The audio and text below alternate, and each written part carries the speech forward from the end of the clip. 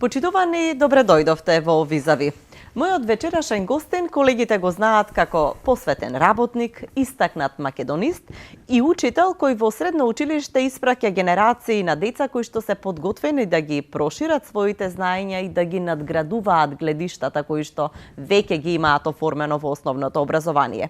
Добре дојде за Владе Евтимов, професор по македонски јазик и книжевност, магистер, есеист, критичар и страствен читач. Дали доволно набројав? Мислам дека е сосема доволно. Добро вечер и добре ве најдов. Така. Владе, ова што го спомнав на почетокот, дека си учител кој што е познат по тоа дека испраќа генерации на основци и идни средношколци кои што се подготвени да се соочат со предизвикот на проширување на знаењата, надградување на своите гледишта. Како го успеваш тоа? Затоа што од сите средни училишта што ги познавам професорите, те издвојуваат како професор каде што нема промашување со учениците. Поласкан сум од овој опис, благодарам, се надевам дека се должи на реално видување и на реално кажување од колегите, им благодарам исто така. Навистина е предизвик да се работи со генерација на ученици кои што се можеби во најпроблематичниот период, значи зборуваме за периодот од 6 до 9 оделение, некои 11 до 15 години возраст.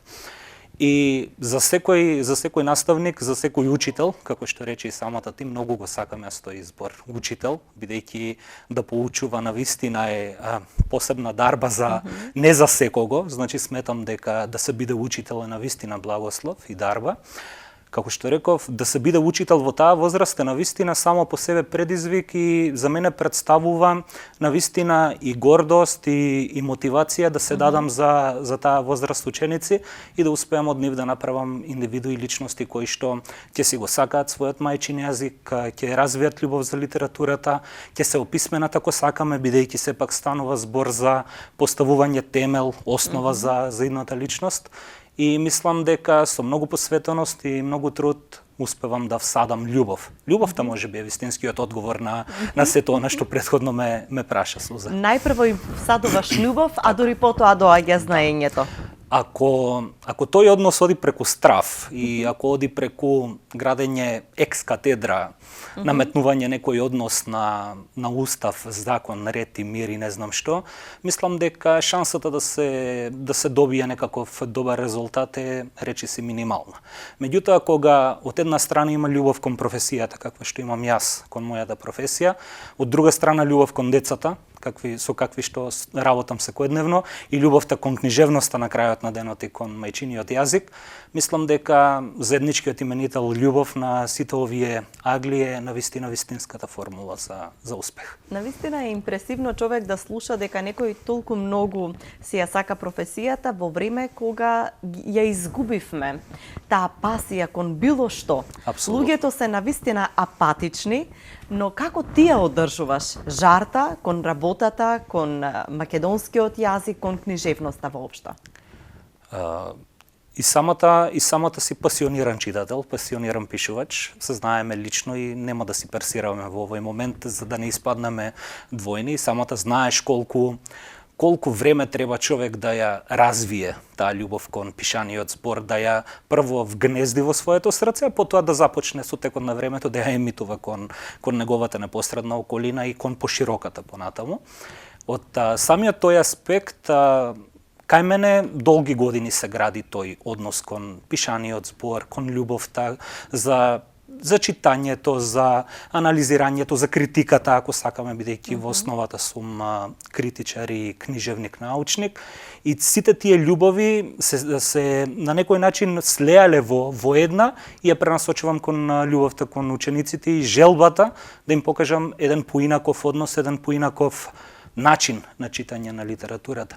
Мене ме радува што на крајот на денот успевам да стигнам до моите ученици, да се пронајдеме на некоја заедничка бранова должина, да успееме да се разбереме дека тоа го правиме пред се заради нас самите, односно тие го прават заради нив самите, и дека без разлика што ќе пишува таму како бројче на крајот од секое тримесечје, дека тие понесуваат знаење. Дека бројчето никогаш вистински не го отсликува можеби она што ученикот тежи како знаење, туку најбитно е она што ќе успее да го понесе како знаење. Кога сме расчистиле веќе со тоа со учениците, мене ми е сосема лесно да се давам и над 100% ако е потребно, да сум достапен постојано за каква била консултација, за дополнително појаснување на работите, се со цел да го постигнеме она што треба да го постигнеме.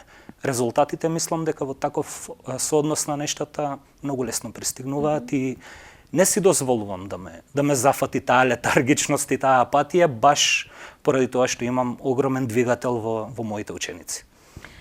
Како е да се биде учител денес? И покрај сета твоја желба и страст би рекла за учителствувањето, како е да се работи оваа професија денес, кога образованието се соочува со многу предизвици и не ги дава резултатите според овие критериуми и тестовите што се прават на учениците генерално, обесхрабрува ли тој факт дека помалку се учи, не сме доволно квалитетно вложени сите како општество во овој образовен систем? Би бил лицемерен, би бил нефер ако кажам дека не е на некој начин демотивирачки тоа што се случува во генерално земено во рамки на целото наше општество. Да, демотивирачки делува кога се гледа дека на крајот на денот не секогаш успеваме да допреме до другата страна, до нашите ученици, кога гледаме дека во најголем број случаи ниту на вчерашниот наслов не можеме да се присетиме камоли за некакви потрајни знаења.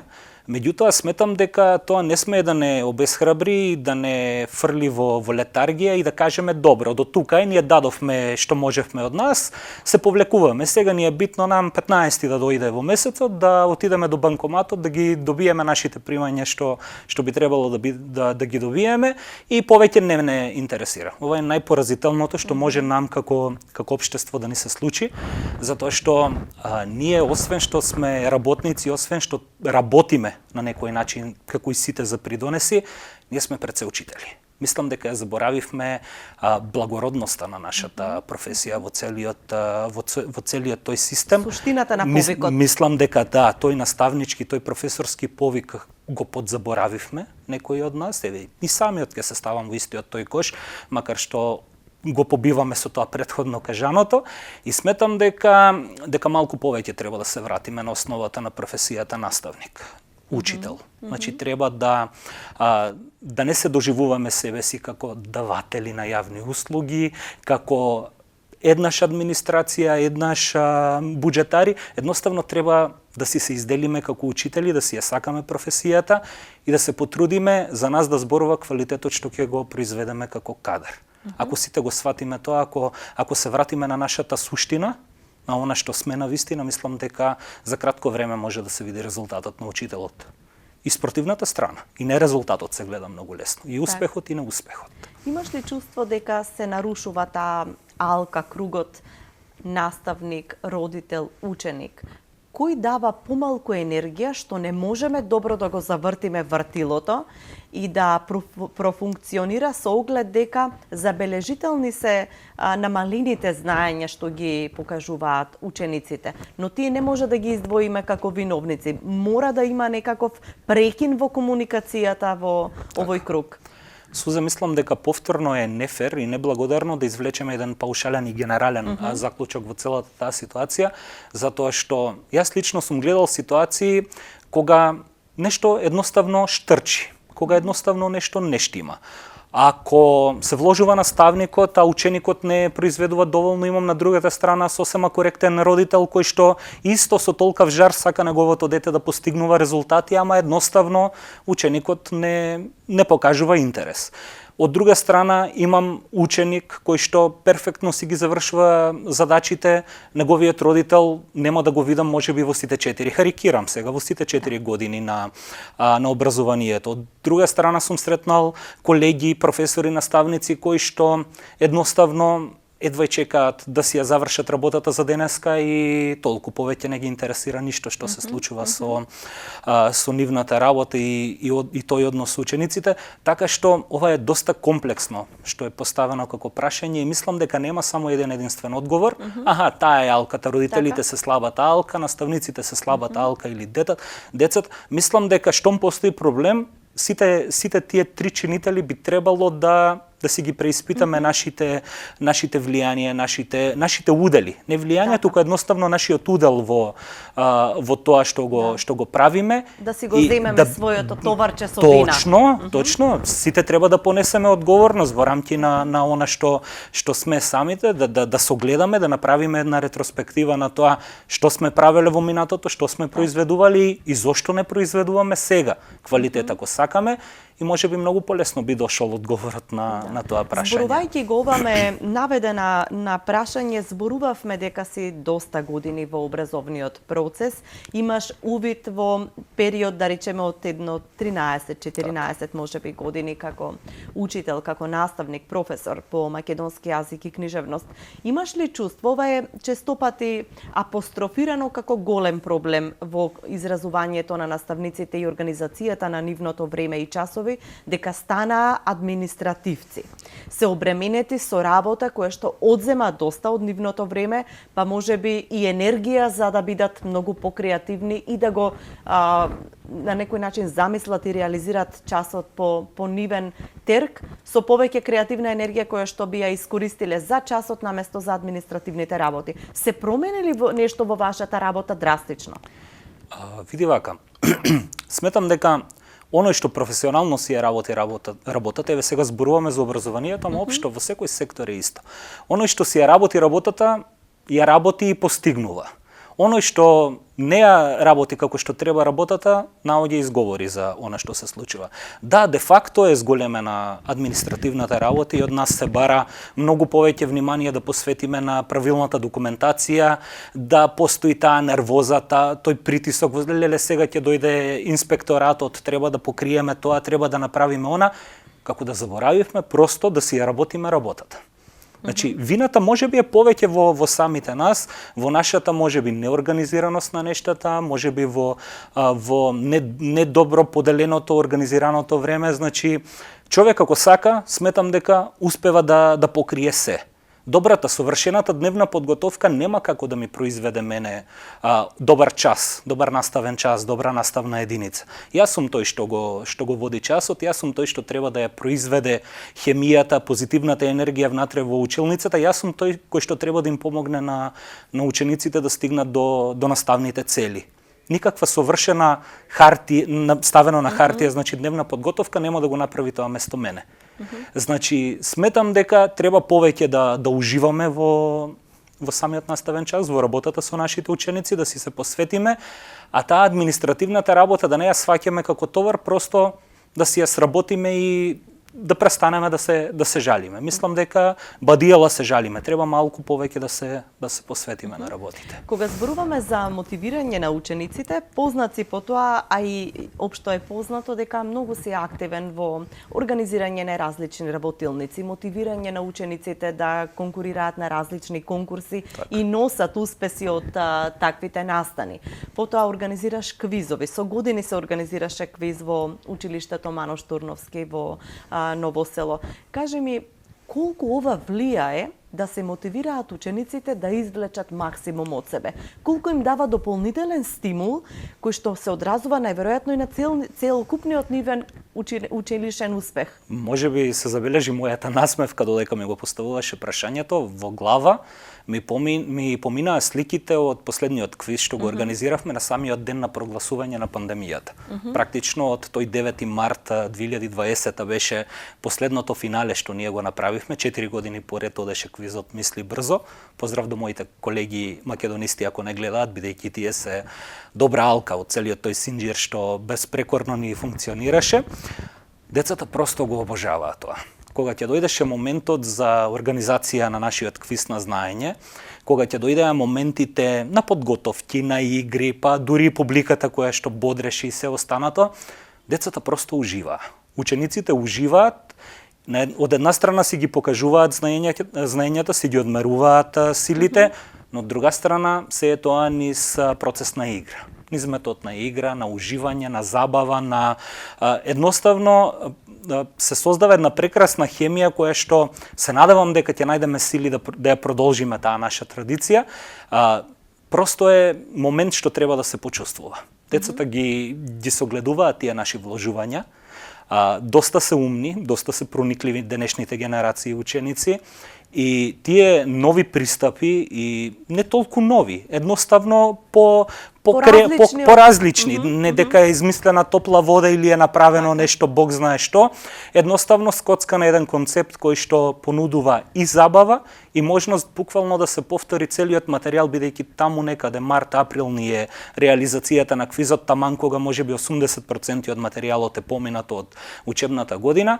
Буквално од 6 до 9 оделение ние успеваме да си го повториме целиот материјал што сме го предале во текот на учебната година, сите наставници по македонски јазик, да се забавуваме заедно со учениците, на крајот да поделиме прекрасни награди во форма на дипломи, во форма на книги, да прогласиме победници, да прогласиме шампиони на сезоната и сето тоа да го направиме како културен настан, како што Ново село, например, ретко гледа. 2 години поред ние правевме во Домот на културата во Ново село финале, пред преполна сала на родители, баби, дедовци, роднини, пријатели, кои што уживаа едноставно во тие финалиња, така што ако погледнеме, многу повеќе сегменти на социокултурниот и образовниот аспект беа засегнати и направивме нешто спектакуларно. Се надевам дека ќе најдеме сили да го продолжиме тоа. Ја спомнавме пандемијата. Последното истражување на УНИЦЕФ вели дека е значително порасната анксиозноста, депресијата кај учениците. Какви промени забележа кај твоите ученици кога се вратија на настава, но еве и за себе лично? Што ти направи и тебе како наставник тоа учење, предавање на далечина? За да бидам фер, би почнал со себе си, да не испадне дека ги анализираме другите, а самите себе се подзабораваме. Значи, се треба да почнува и да завршува од нас самите. Барем под таков ков сум скован, таква идеологија си имам сами од себе си, никогаш не се исклучувам од тековите и од анализата на она што се случува.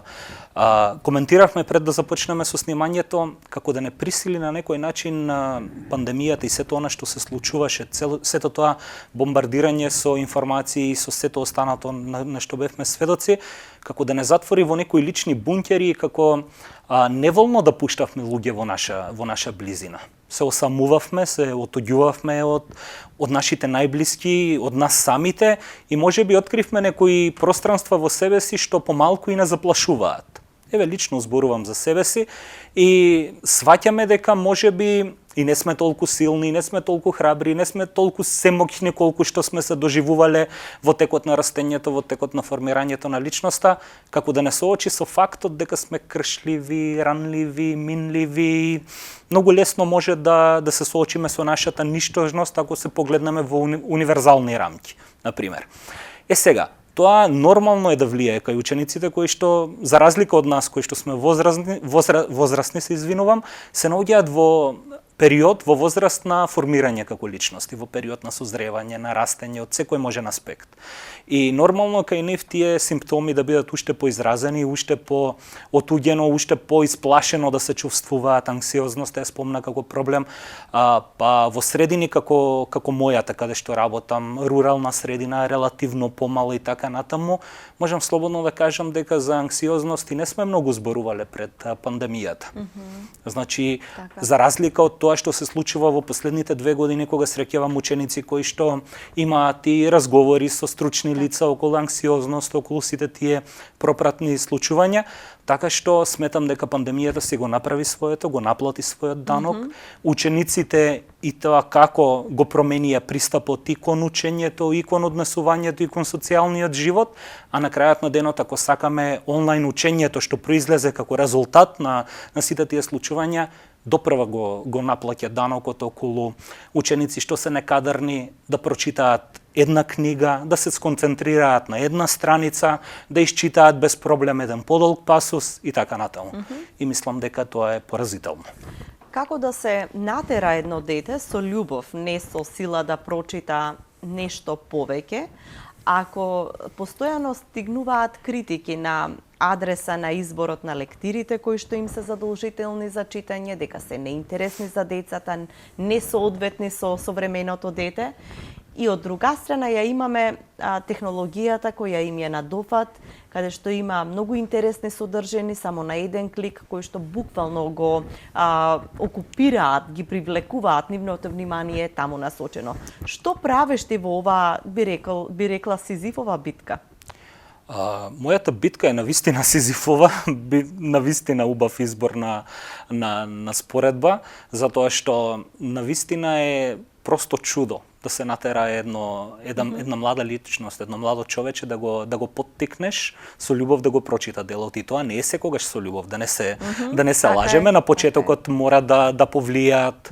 Тука знаеме секогаш се плашиме од оценките, од постигнувањата, од сите на почетокот зборувам, и мислам дека повеќе една, две, три обработени лектири во 6-то оделение кога преземам генерација, самиот различен пристап кон разработката на ликовите. Јас, пример, никогаш не анализирам една лектира од аспект на просто прераскажување.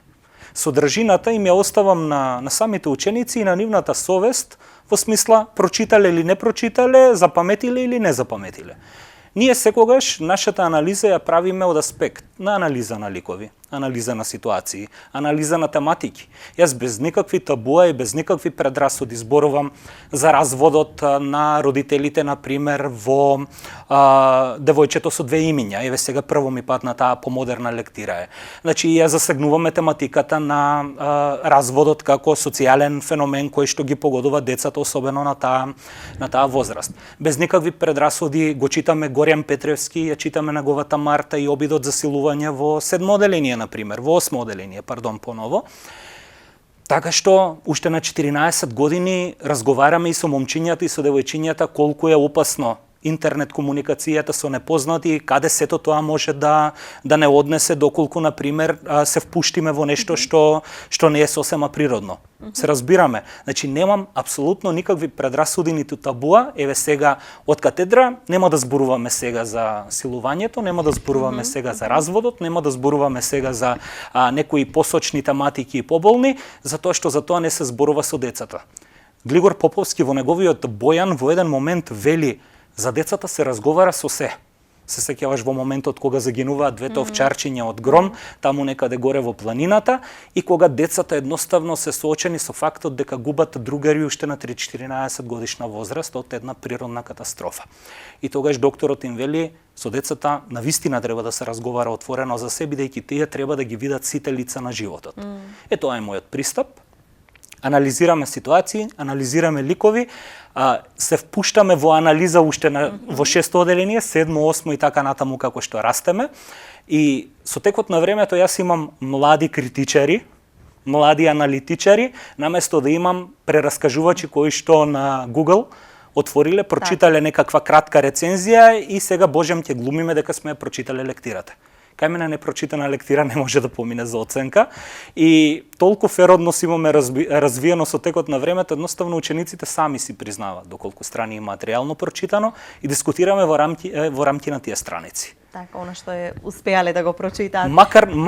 Се извинувам, макар да поттикнам 30 страници да прочита некое дете кое што не може повеќе од X причини да прочита, јас веќе сум направил некаков напредок и се надевам дека веќе на следната лектира имам потенцијал барем за 50, барем за 60 и така лека полека да напредуваме. Ти се случували ученици кои што не ја прочитале од интересната дискусија да добијат желба и да ја прочитаат дополнително лектирата? Има такви ситуации, макар што да не се лажеме, не можеме да очекуваме премногу свесност кај битија кои што имаат 11, 12 и 13 години. Пак е тука тој триаголник што го засегнавме од предмалку: наставник, родител, ученик. Значи, ако се поттикне на таа релација, се случува, значи, ученикот и да исчита, и да постигне, и да направи. Така. Самосвесноста на тие години ја исклучувам до тој степен, макар што има ситуации кога, еве, например, од поттикот може да се исчита и да се стигне, значи, повторно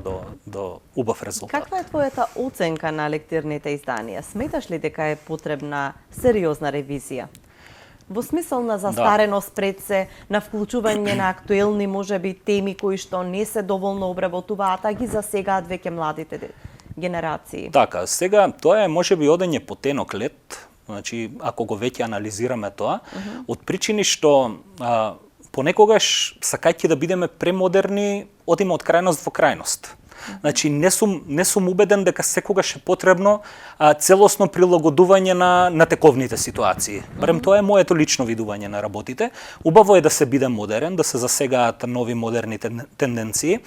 Се направи таков еден обид пред 3 години кога беше променет во голем процент списокот со лектирни изданија во основно образование и мислам дека тоа е еден позитивен чекор напред, значи некои лектири беа земени во предвид и имаме сега доста помодерни изданија. Арно ама сакајќи да бидеме да допреме некои други тематики одиме понекогаш во сосема спротивната крајност и наеднаш од премодерност наидуваме на некаков отпор кај наставниците и кај учениците и сметам дека треба многу по-сериозно и многу по-предпазливо да ги правиме тие можеби нагли резови во тоа што го читаат нашите деца, затоа што не мора да значи дека сето тоа што е старо во наводници е толку лошо или дека не ја пренесува пораката што би требало да стигне.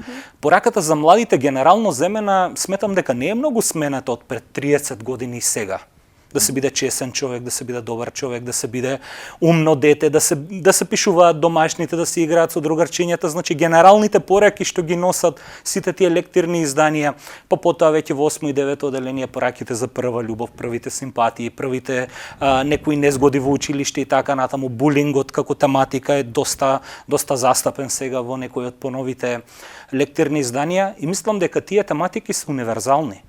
Дали ќе биде напишано на нов начин или ќе го искористиме можеби Оливер Твист за начинот на кој што е насликано, значи тоа општество, што знам од кога, пораката на крајот на денот е иста. Сите сиромашни деца и несрекни деца се несрекни на еден ист начин. Се разбираме? И мислам дека лектирниот списокот за лектири е доста добар во моментов, она што го гледам, можеби со некои минимални корекции.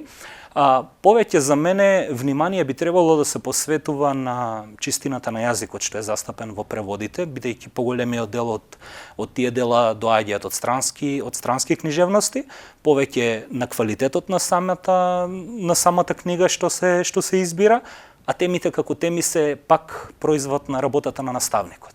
Ако наставникот знае да ја презентира темата пред ученикот, ќе се изнајдат многу теми за дискусија. Еве, ние деновиве го анализиравме Жил Верн и неговите 20.000 мили под морето, нешто што уште ние како ученици сме го работеле. И колку и да не е чудно што сега има подморници, колку да не е чудно што сега има боци со кислород што самостојно можат да се носат во океанските длабочини, кога ќе се спомене, ако се спомене фактот дека тој е визионер и дека многу пред своето време успеал да ги предвиди тие нешта и да се стави акцент на тие визионерски способности, од секогаш било и кул да се биде визионер. Се разбираме? Повеќе можеби до пристапот, до начинот на кој што ние пристапуваме кон анализата.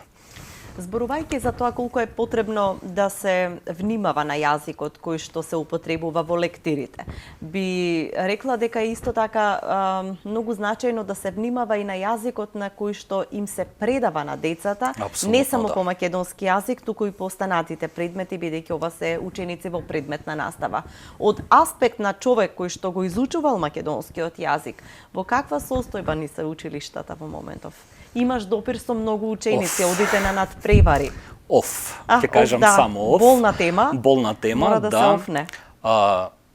Без да бидам сватен претенциозно, без да бидам сватен во смисла, погледни го од каков аспект сега го зборува тоа, погледни се себе си. Јас, драги колеги, кога зборувам со учениците за работи што ја засегаат материјата, секогаш се трудам максимално блиску до литературната норма да стојам и сметам дека е коректно и сметам дека е фер и сметам дека самата професија ни наложува да бидеме коректни кон нашиот мајчин јазик. На тој начин најлесно практично се учи литературната норма на еден јазик и за жал секојдневно се соочувам со ситуации во кои што предметните наставници не зборуваат литературен јазик, за жал велам, без да имам потреба некого да осудувам или некого да критикувам. Само ќе кажам како совет мора да го подигнеме нивото на свесност, значи мора да ја подигнеме свесноста кај просветните работници, кај наставниците, кај целиот просветен кадар, дека ние сме тие, ние сме образот со кој што се соочуваат нашите деца во гледалата. А и каде би научиле така, децата ние сме тие, да го зборуваат официјалниот стандардниот македонски јазик, ако не во училиштата? Ако веќе од аспект на медиумите, бидејќи стана толку либерално и толку се возможно секој денеска да биде управител со медиум од секаков тип, ако веќе преку медиумите секојдневно се бомбардирани со дијалектизми, пред се од скопскиот дијалект, зошто тогаш во училиштата ние да не се потрудиме, значи да бидеме максимално коректни и да се држиме колку што е во можно, значи до литературната норма, да инсистираме самите деца да градат говорна практика и да се изразуваат. Па децата имаат проблем да формираат една единствена реченица. Ако не е прочитана и кога е прочитана со потешкоти, па какви генерации создаваме од тој аспект ако веќе сме ние огледалото и ако ние сме образот, нели ова е образование. Значи ако ние сме образот, каков ни е образот во таа ситуација? Дали со чист образ на крајот во пензионерските денови ќе можеме да погледнеме назад и да кажеме ние образувавме генерации кои што се сега активни чинители на јавниот живот, тие се успешни, што знам, правници, адвокати, лекари и така натаму, наставници ако повеќе сакаме, новинари и сето останато. И ако сме честни кон самите себе си, ќе треба да прифатиме добар дел од колачот на одговорноста. Треба повеќе да се вложуваме. По ова што го зборуваме, колку се држиме ние до максимата на академик Блаже Конески дека јазикот е наша единствена татковина и целосна? Уште една болна тематика ни е таа. Ако погледнеме од аспект на тоа, колку нашите генерации ги читаат нашите автори. Ако погледнеме од аспект на тоа колку си ја сакаме нашата литература, колку си ја вреднуваме, колку си ја цениме. Јас знам за себе си дека ја ценам, дека ја почитувам и дека ги читам, сакам да ги читам, макар и современите. Зошто не и современите автори, нели? Како инаку би се етаблирале тие ако не ги читаме, ако не ги критикуваме, ако не го проследуваме нивната работа, нивниот труд. Меѓутоа сметам дека нашиот однос е доста небрежен, дека не си го почитуваме она што го имаме како културно книжевно наследство, целосно, значи не само книжевното, општо целото културно наследство. И мислам дека тој небрежен однос ќе вроди во поблиска иднина, не толку и далечна иднина, едноставно да заборавиме кои сме.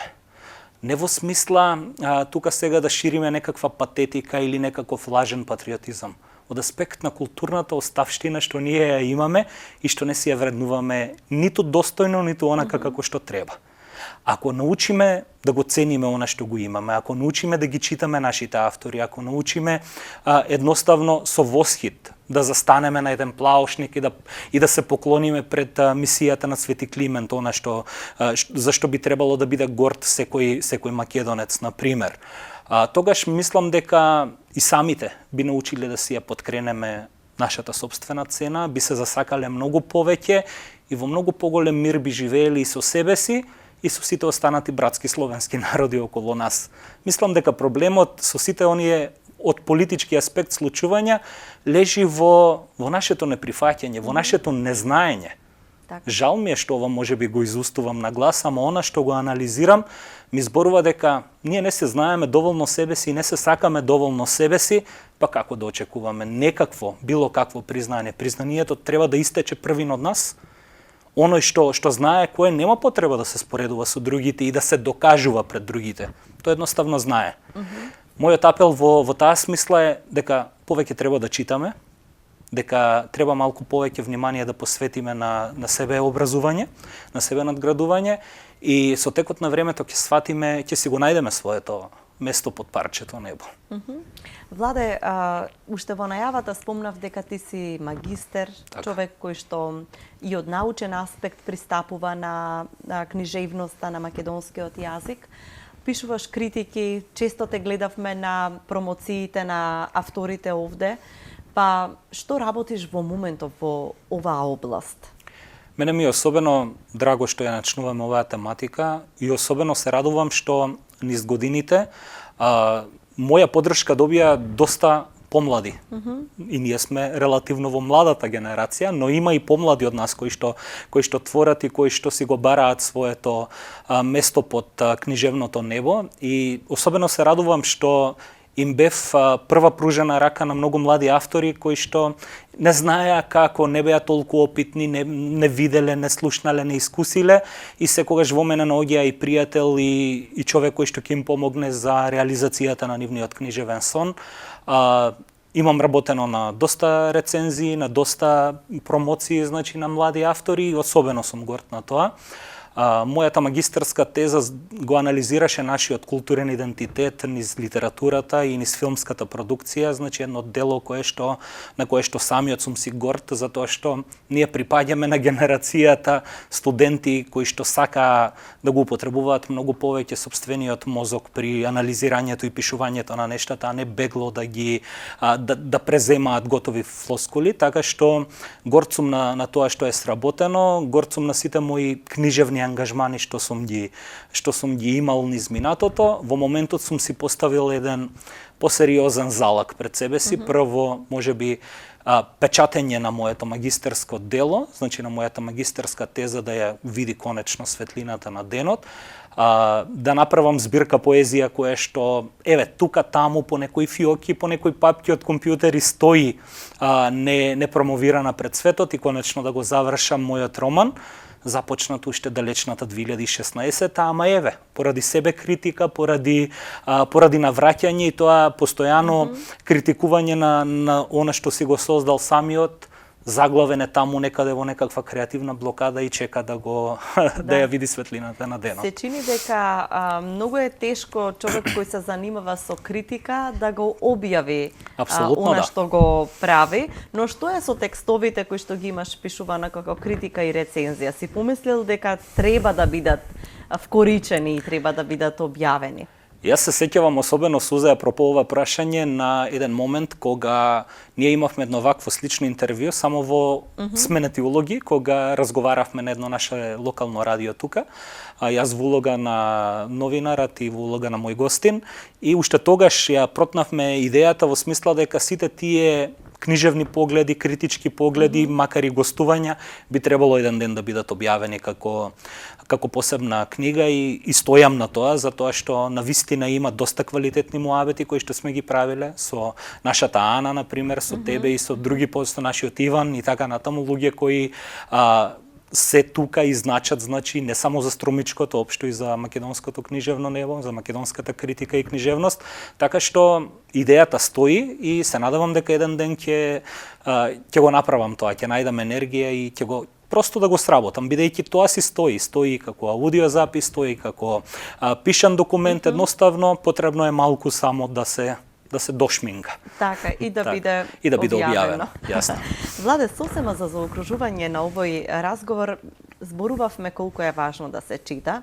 Што ти читаш и како ги комбинираш, предпоставам, различни жанрови, кога издвојуваш за што си жеден? Повторно успеа да ми измамиш насмевка од причини што се наоѓам себе си затекнат да се префрлам и да скокам буквално од дело во дело, од лик во лик. Сигурно и тебе ти се случува тоа.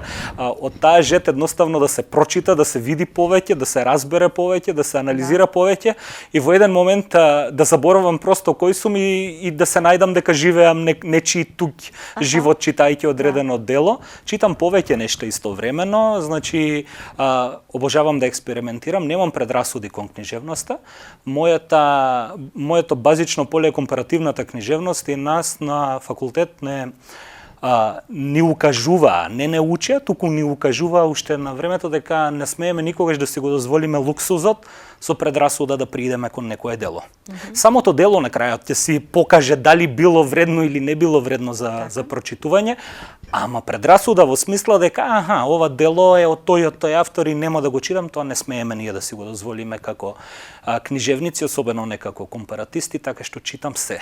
Буквално и македонски автори, буквално класици. Обожавам да се враќам од време на време на она што било читано низ времето. Обожавам одново да го читам и Толстој. Достоевски е автор кој што го обожавам, значи од времето на рускиот реализам, така што читам се. Немам апсолутно никакви ограничувања, а се разбира дека поради професијата најмногу од се ја читам детската литература и лектирните изданија ги препрочитувам по неколку пати, затоа што со овие умни глави како генерации ученици сега, просто никогаш човек не може да биде опуштен и да каже пред 3 години си го читав, јас тоа дело си го знам, ќе помине анализата, не поминува. Просто и пред колегите, и пред целата јавност ќе кажам, не поминува затоа што навистина знаат да постават и незгодни прашања, знаат да фатат и интересни детали нашите денешни генерации ученици, така што колеги, читајте, надградувајте се, да не се најдеме во ситуација учениците да забележат нешто што ние не сме ги забележале. Поразително е и би било срамно да е така. Ти благодарам многу за разговорот, навистина ми беше пријатно да нурнеме во учителската професија, да излеземе низ очите на критичарот, на младиот научник и да го запознаеме Владе, она што тој го прави и професионално и приватно. Владе, ти благодарам за одвоеното време, за разговорот и се надевам дека кога ќе имаме готов производ од сето она што овде го најавивме, ќе имаме можност да дискутираме, да анализираме и да го представиме на јавноста. За мене беше особена чест. Благодарам за поканата лично тебе. Благодарам на телевизија ВИС за одвоеното време, за посветената минутажа и се надевам дека ќе дружиме и во блиска иднина за поводите кои што ти ги најави. За мене беше особено задоволство. Апсолутно. Ти благодарам уште еднаш. Благодарам.